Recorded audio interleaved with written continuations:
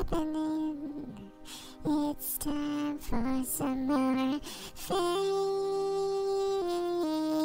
truth.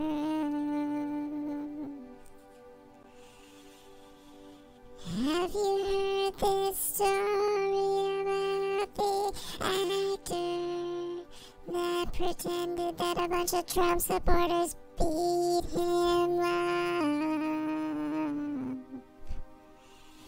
Like he went all over the news and he was like talking about it all over Twitter and a bunch of other places. Like he did some major interviews.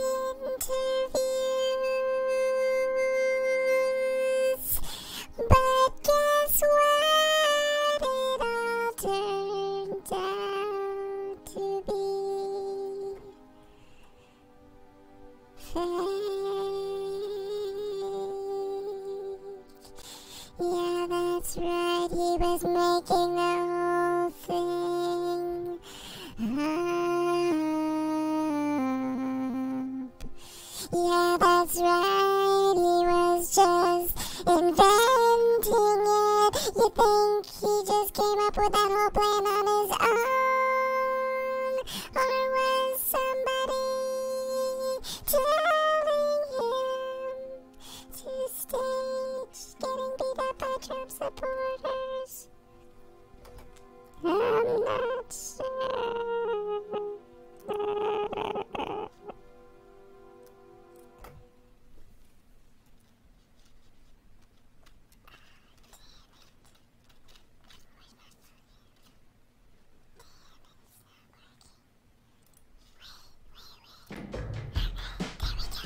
The music wasn't working.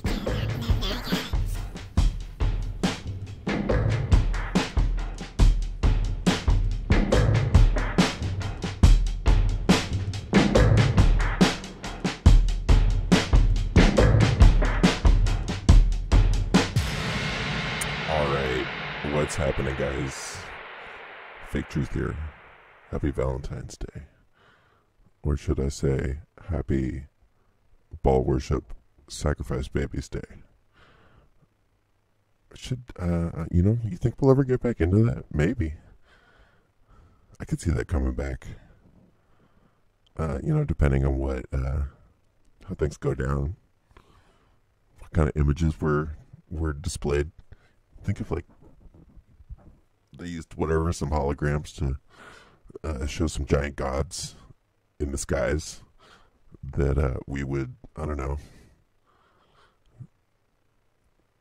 be willing to sacrifice babies if these giant gods in the skies just said yeah, you gotta sacrifice babies. We need that. Yeah, you think we'd do it? Probably. Can you think of a circumstance under which you too would sacrifice a baby?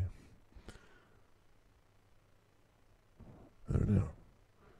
These are the ideas that I think, I don't know, they at least need some looking at. So right, normally I speed up the time lapse of the day. I mean, they're already 0.5 second exposures, but that still would take about 20 minutes for really 40 minutes for the full day. I usually started around at the halfway mark, so just to get that portion of it right. But I wanted to show just some of this footage of the 0.5 second time lapse, because these clouds they just look nothing like the clouds from the previous videos that I made, right? I mean, and I've always been sort of looking up and watching and see what's going on up there, but this is sort of why I wanted to do this, even just for myself, just to see and compare what's going on up there day in, day out. And right, I want to show this other channel that I just stumbled across because he's doing some fantastic work, but right, it's all satellite and analysis and stuff, and which is great, and there's obviously a lot of stuff going on that's super obvious, weather manipulation going on the satellite data. But at the same time, I also just I want to stick to that idea of making my own observations and also just sort of seeing what I can contribute to this already pretty extremely saturated truther community. That's a little different and just something of my own, right? And here's, these are original time lapses. So, but what I thought this was the cloudier part of the day. It was raining, but just to see them sort of pulsing around and moving in different directions, we weren't really seeing that, at least on the other cloudy days. It was a lot more uniform, right? And here you really see it.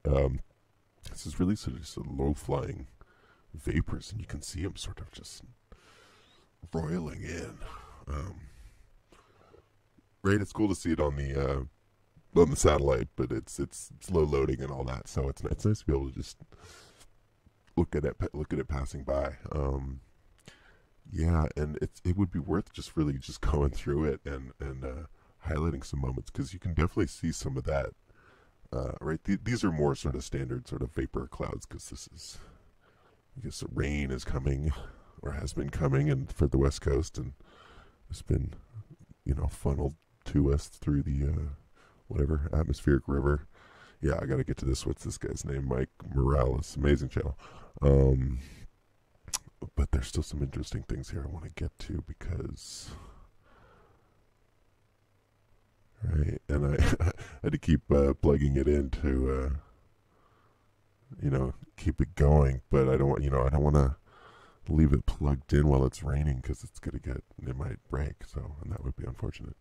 Right, but that was an interesting formation. It's, who has the time really to go through all 20 minutes and check this out? That's just the trouble. Again, the information overload that we're constantly faced with. How to even surmount this mountain of information that we're, expected to consume and somehow come out on top, or with any sort of higher understanding. That is, if you're even interested in that, which I would say a lot of people aren't, not even remotely interested in expanding their consciousness. So that's another topic. What I wanted to get to, though, right? That was sort of the vibe for most of the day, but it did start to clear up during the end of the day. And again, this crazy blue color that this guy turns, right? This is still sort of blowing my mind. Right, the whole day, it's when the moon comes out too. Again, right, the whole day. This guy's, and it's a way different blue than this blue that's during the, this is right, the regular daytime blue. And let me see if I can just slide this in and compare it right away, right? What is that color?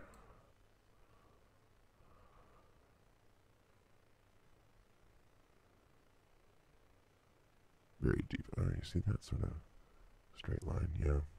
I mean, you could study. Yeah, you really could study these things for quite some time. But this goes on. So the sun is set. We're going to compress it just to get a better image of it. But look at this. This I don't even understand. Right? This is after dark. That's obviously the moon. And there it is, a more sort of yellowish tint. Can we zoom in a little bit?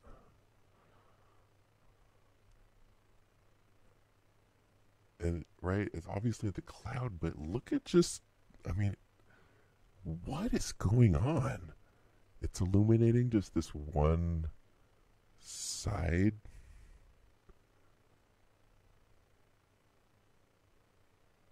Right, and you can see the clouds passing in front, but what is this, right? You can see the clouds moving here.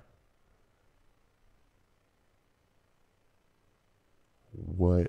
And it sort of pulses in and out, and you can see it more depending on how much brightness is coming out of the moon. What even?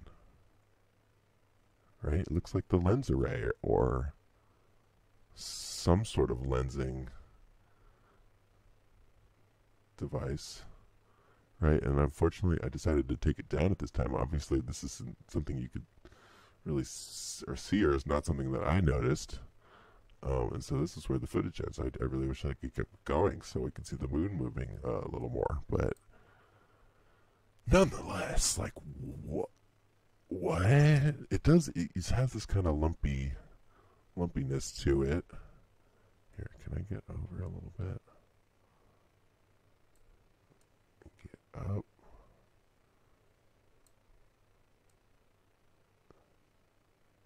Go this way. And get a little closer. What? Right? Okay, very obviously see the quick moving clouds going, and this object is stationary.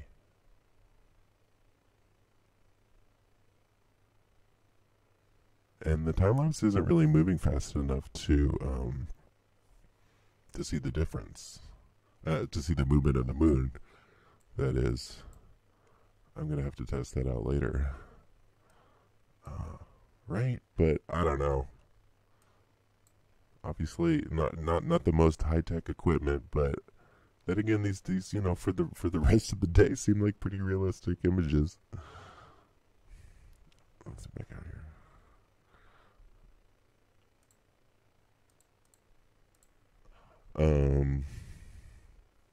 Right? That's when the moon comes in. That straight line, you saw it, right? So a straight line fell straight down.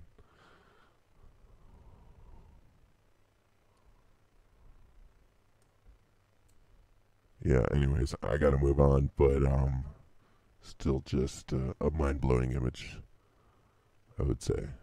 I honestly don't know what to make of it. What do you even call this? Right? I guess you could say it's just a cloud, but that's all this. You see, those are the clouds moving by. This is a stationary object. And the moon. And some sort of direct lensing. Anyway, somebody else look at it. We should get on over. Let's get on over to our links here.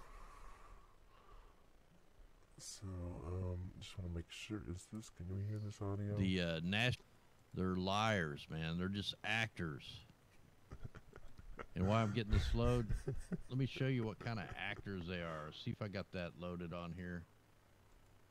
They say using electromagnetic technology, they can attract the clouds bearing this rain to arid areas, and they could do so just before the onset of short rains around 15th of October.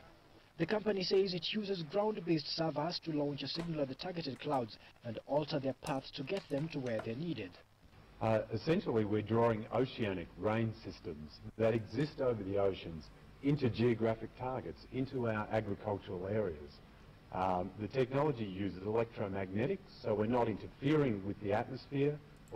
Okay, so yeah, he's just playing a clip. So at this point, so, but yeah, what I found just crazy interesting. He's using this Climate Viewer 3D, which is just a program you can go to and lists a bunch of different climate-related things that are happening, and he just knows what categories to add to the map to show where all the actual like HARP-style weather controlling arrays are all over the world, and it's just right. It's an insanity amount of different stations and fields, and a lot of them are like that one in the picture. That's why it's interesting. This whole thing, it has sort of descriptions of these sites, and then it's just Google Earth or whatever, so you could zoom in and check them out, and that there are all these giant facilities that and it goes here to sort of explain what's going on with them. They're ionic, what's the word? Isometric, isotonic, isotropic. Yeah. At any rate, you're right. They're basically just messing with the temperatures, pressure, humidity, and it's really easy to do with some basic sort of microwave, other sort of electromagnetic technology, and not too hard to just put a bunch of these things all over the world. And the good point he makes is that it's not just the government. It's right. These are private contractors, paramilitary, all these other sorts of corporations, and all those other players are in the game too. So all of that sort of adds up to just an insane, absurd amount of weather manipulation, right? And here it is, sort of all sort of laid out and very obvious to see. But again, like if you try to bring something like this up in open conversation, like 90% of people are going to be like, "The fuck are you talking about, bro? You talking about chemtrails again? I can't believe you're going on about these conspiracy theories still. Like, do you still believe in that?" And it's just like, dude, don't you get it? Like, this stuff is real. Like, it's not going away. It's totally there. And right, again, he's looking at a lot of this like satellite data, and he's obviously a very powerful following. I gotta keep watching this guy because he's a very interesting channel. But right, he notes all these different areas that are obviously sort of, you can see the pulsing in them, and also right on this next rad sort of footage. Oh no. Right, on this next red footage, you can see the sort of laser beams that get sent out from the different stations, and basically how they affect the different clouds, and how they're able to just basically, with all these tools, guide the whole thing in whatever direction they want. And right, that just it again, like in regular society, that sounds insane.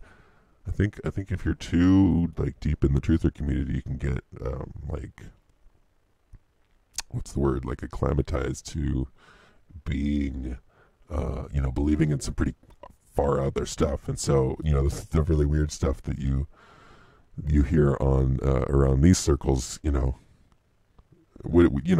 kind of stuff you can never bring up. But even just the basic concepts like of weather manipulation, it's really hard to even convince anybody that this is going on, even though it's all out here to see. The data is there, and I would, I'm trying to make these time lapses so I can look at my angle of it here in Los Angeles. But obviously, there's a lot of those kind of laser beamings going on in this area. That's definitely like a major area where that kind of thing happens. So.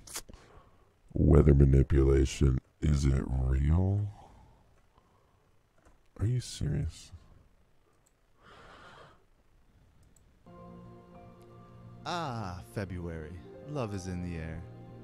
Every year around this time, Americans flock to the nearest Walmart and spend their hard-earned money on stuff they don't need. According to the National Retail Foundation, Americans are poised to drop a cool $19.6 billion on Valentine's Day this year. But why? Where does this holiday come from, and why do so many people celebrate it? As it turns out, the truth about Valentine's Day is far more sinister than most people realize. To find its true origins, we must go all the way back to ancient Babylon. It is here where. Yeah, so I'm not just gonna go play this whole video. You can definitely go watch this video. It's definitely worth watching. But it's always worth remembering on this day where you're supposed to worry about your significant other and get him a present, and it becomes this whole sort of like guilt. Like, are you gonna give me a Valentine's? Where are we going for Valentine's? What are we gonna do on Valentine's? Are we gonna go to a cool restaurant? No. Yeah, no, we better. Aren't you gonna? Don't you remember? It's Valentine's. Did you give me a card? Did you give me the chocolates? Where's my chocolates? Oh, I don't like these chocolates. Can we get new chocolates? Is any of that familiar? Right? Why do we do that again? It's definitely not a Christian thing. And right, if you'd even just do your basic cursory research, yeah, it's a pagan sort of ritual holiday thing. But and if you look into this whole story of Cupid Tammuz, it's really sort of super creepy. And right, Tammuz, what's the mom's name again? But basically, it is this whole have sex with your mom, like pedophilia thing again. Right, the mother and the wife.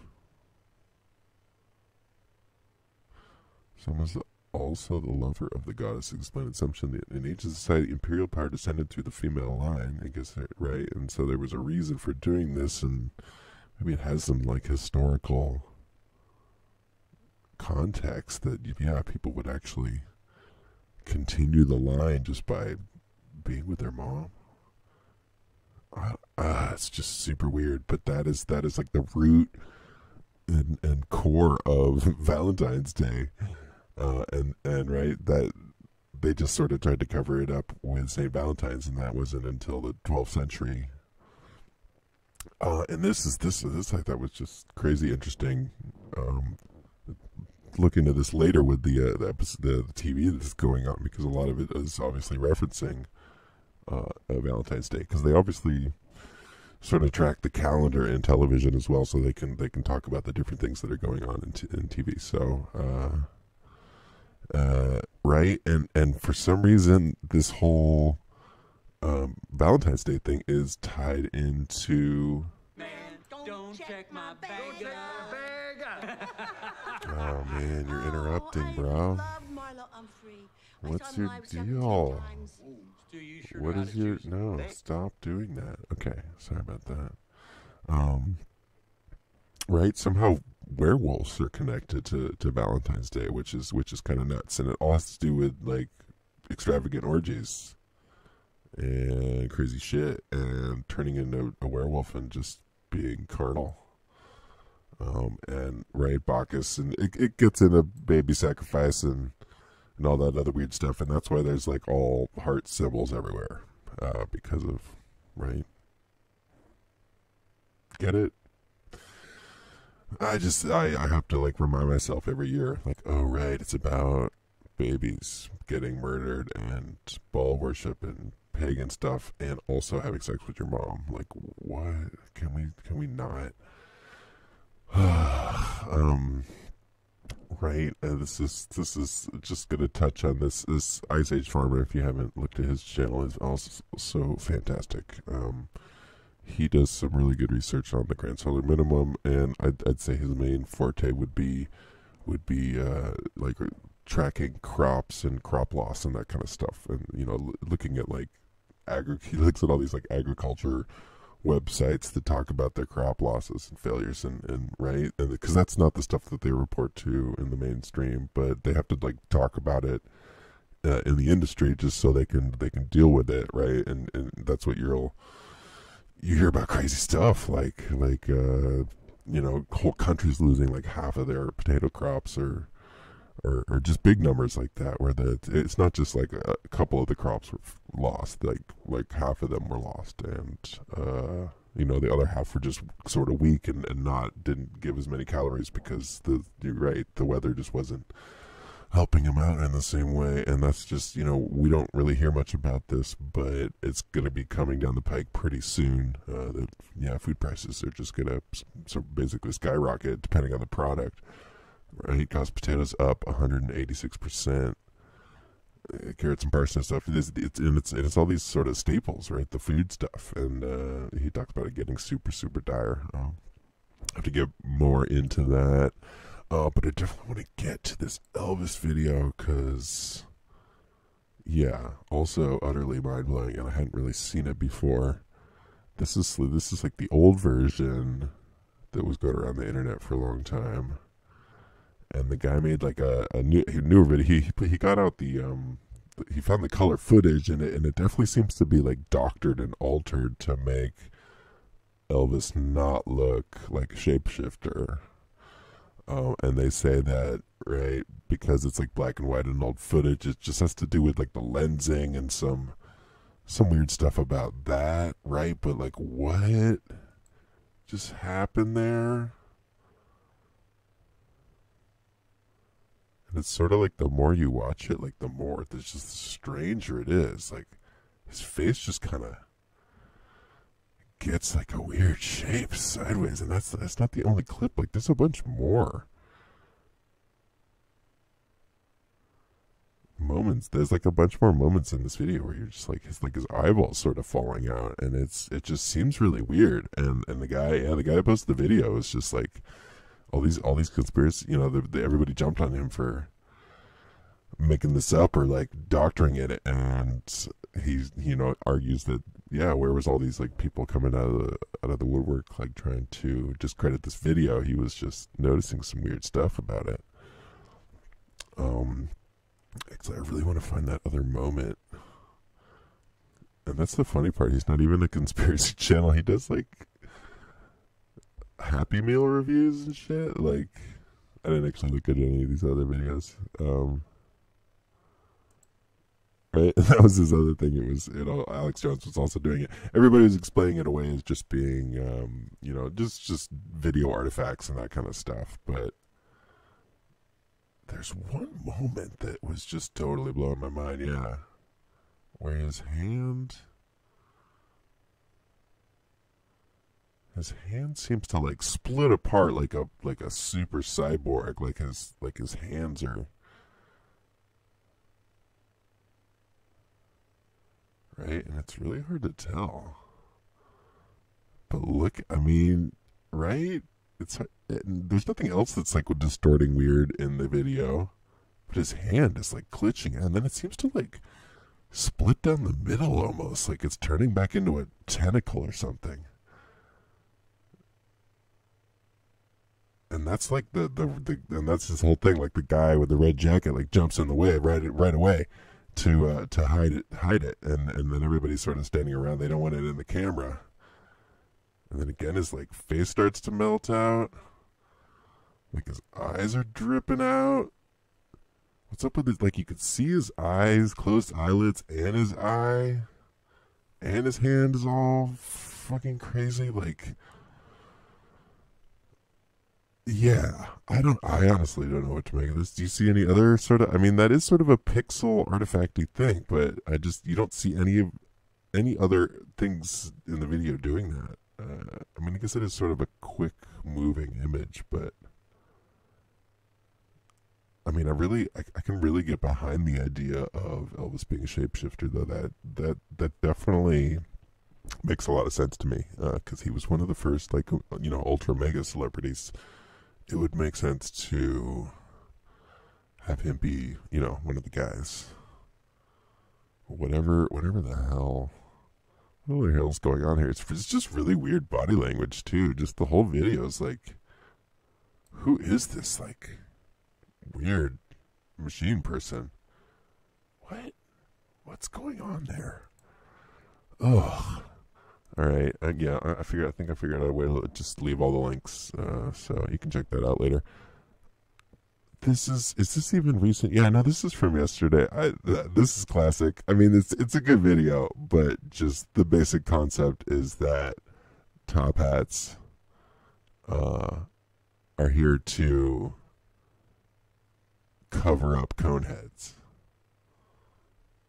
I guess some good top hat pictures, right? Yeah, because it was also in the and I'm using it for fair use, research and all that stuff, because I think it does illustrate very well. Fair use. And this princess, she came out, she's dressed as a princess, and I thought I hadn't even thought of. Right, and that's, I mean, it's in the cone heads, but it's a decent idea that, like, yeah, it's because it's weird. Why would you have a hat like this if it wasn't to cover up some other weird, your weird cone head, which obviously, like, they found those bones, they know all that's like real. So, ugh. Yeah, I don't know what to say about that. I don't know what else to say about that. Cone heads, it's a real thing. I'm just mad because we're running low on time, and there's just a lot of TV to talk about too. So I'm gonna switch to copyright mode.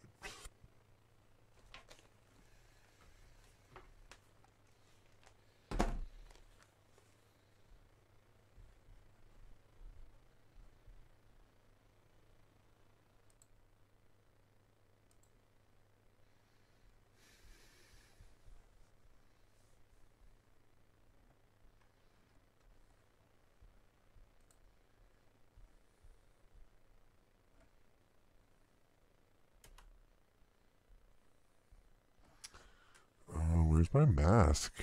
I'm worried I'm gonna get caught now again. I would really rather not deal with the copyright, but I would also just love to show you some images, because that would be a much easier way to explain some of these concepts if I could actually show you some of the images, like, you know, like this one. This is, we're going to be talking about The Magicians, which is a Sci-Fi Channel show. Fantastic show, by the way. Just, you know, great work from everybody around. But and you don't even need to know anything about the plot. That's the whole point. Like, it's like, wait, you know what? Why do we look at TV? But it's not about the plot. It's about the symbols and the images that you get shown and stuff that you see over and over again, and sort of pokes at different things. And it's worth pointing out. So, right, obviously been an endless discussion on the internet about flat Earth and the shape of the Earth and all of those sort of concepts. And there's a place in the show that's called the Library, and I don't remember it being depicted like this in the past, but right, it's like a place out of time, out of everything, where they organize everything. They run the world basically, and they run it from here. And they know everything. It's like an omnipresent sort of thing. But they live in whatever this is, right? And these are, I guess, different Earths. They never really explain this, but I mean, it's already like a fantastic image. These sort of Fruit Loops circles that are floating through space. But you know, when you think a little deeper about it, like the torus is sacred geometry and all that kind of stuff. It definitely has a lot of significance. And you know, this is just the shape that they chose to display them in, right? And it's just, I just think it's a pretty interesting take on the whole subject. No, I'm just I'm thrown off because I wanted it to keep rolling, but I also know if I show like more than a couple seconds of any of this video, that they're gonna freak out. So. But I think I can show this. Right, we were just talking about The Magicians, but this was another show that aired last night, and we'll get back to The Magicians because it ties into that whole lycanthropy thing. The whole episode was about werewolves, and right, they didn't really talk much about Valentine's Day per se, but more about all the other aspects that we were just noticing in that other video. But this is another show that aired that night, which, you know, all things seem to be referencing the same sort of rituals and dates. This is just it's a, I gotta back up for a second. It's called Weird City, right? And this is the pilot episode, and this is one of the premium things here on YouTube, I guess. I guess if you actually pay for it, then you can see some of this more premium content. It definitely has some famous actors in it. Questionable production value, but I guess that's a lot of that. Maybe it's the style or something. Doesn't appeal to me super insanely a lot, but still worth checking into. And right, just right off the bat, the friends are hanging out, and this just happens to be their friendly friend symbol handshake that they do when they meet up, right? And there's a little more spinning around before that, but basically, right, it's this obvious. If you don't know what this is, it's right, pretty standard Illuminati symbol, the 666, the one all-seeing eye.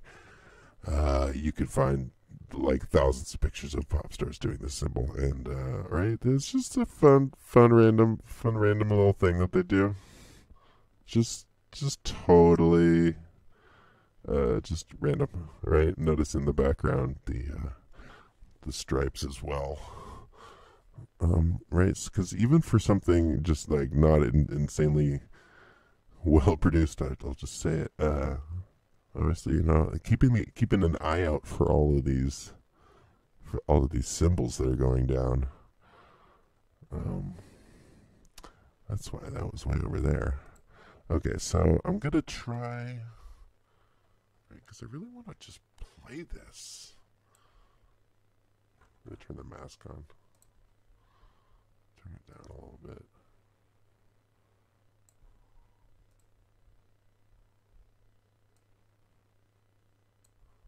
Right, you think that'll slip by him? I don't know, let's give it a shot.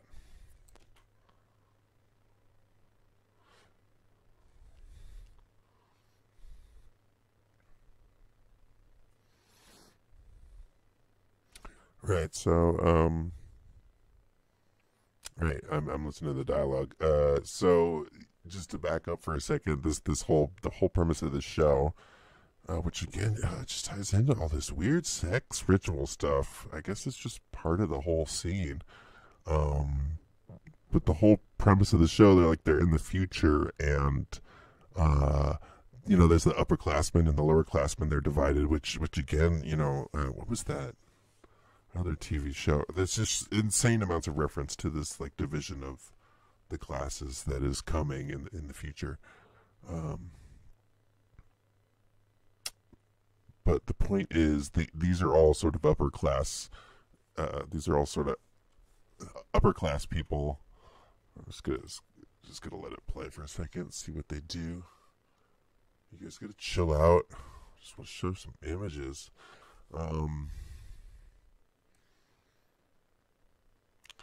Right, and so obviously, notice all the owls. Notice the insane amount of owls. I mean, she says later, I'm into owls. That's something that the mom says. Again, got to back up for a second here. There's just so many layers, and I think that's just a big part of this whole system, is to like keep you inundated with it's just an endless deluge of content that you're supposed to sift through and analyze and decide on.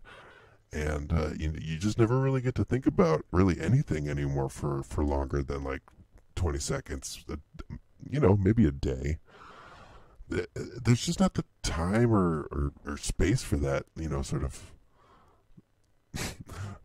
long-term sort of analysis or thinking about any sort of topic. So, especially when it comes to entertainment, right? You're not going to go and sit there and analyze an episode of television for months. The time it would probably take to tease out all the different symbols and concepts that are going on in any given episode of sort of mainline entertainment, right? But meanwhile, there was like 400 more episodes that aired that week, so you're just going to ignore all of those because there's some interesting stuff going on there. So then you get attracted over to that corner and then move on to the next corner, and then the next thing you know, you forgot what you were even talking about.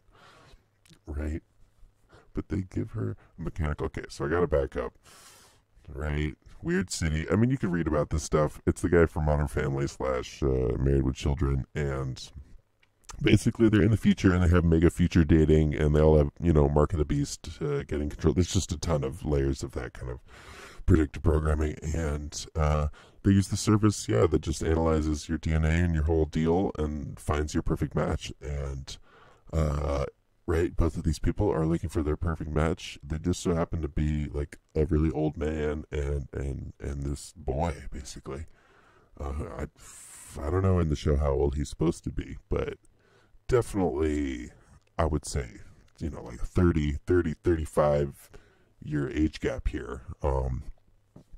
And they both, right, he shows up at his door and he's like, I'm not gay, this is what's going on here. And then they have things in common, and then just instantly start having sex and fall in love, and they were actually each other's soulmates, right? So these are two people that they were gay their whole lives, and they just didn't know it.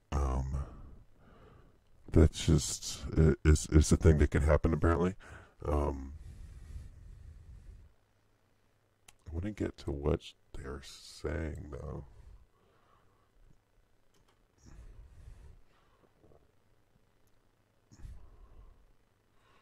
Well, Stu mentioned that you like owls, so I picked one up for you.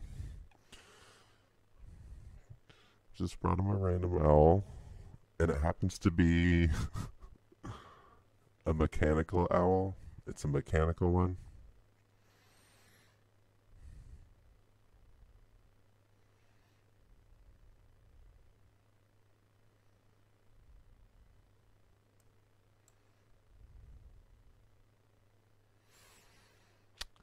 Yeah, geez. It was drawing me back in. Right, basically it's just like, and they talk about it. This is like later in the story when they're introducing her to they're introducing each other to the parents, right, and going back and forth, and they talk about it like, oh, I thought you'd have a problem with the age, and they're like, no, it's totally awesome. We have like another colleague to hang out and chat with, and this is just a fantastic thing. You should always just be dating I don't know, men that are 70 years old. That's just like a really awesome thing to do, and it's, which I guess is the thing that happens. I mean, I've known some people that have did that sort of age gap thing, and it's always just, I don't know, really weird. It's like always for really weird reasons and under weird circumstances, and ends up not going super well usually. So, but again, you'll just hear a ton of that. That's sort of like, we got to normalize pedophilia. We got to, make things like this completely normal. Like this is sort of up against that. If this kid's like still of age, say he's like 25, but the guy's like 70, and they just fall in love and they just need to be with each other, then that's cool. And they have things in common, right? I don't know, they have the same eggs. That's what happens in the story. It's just kind of ridiculous. And just, I don't know, I couldn't keep watching it because it was just not super well produced in any sort of meaningful way. But, what can you say? It's just like a very obvious sort of heavy-handed thing. And there's a deeper connection here. I'm not really making the point super well, but right, to have all these weird sort of ideas about love and difference in love and dating somebody that could be a parental figure, and the age of, relationships, what that means and how that ties into everything that was going on, with Valentine's Day itself, the actual day. It's like, are we supposed to be okay with boning our mom? I don't know. Are we supposed to normalize that? Like, what? I just don't see, other than like in ritual, what good could that possibly have in society? Like, what good could actually come from any of that?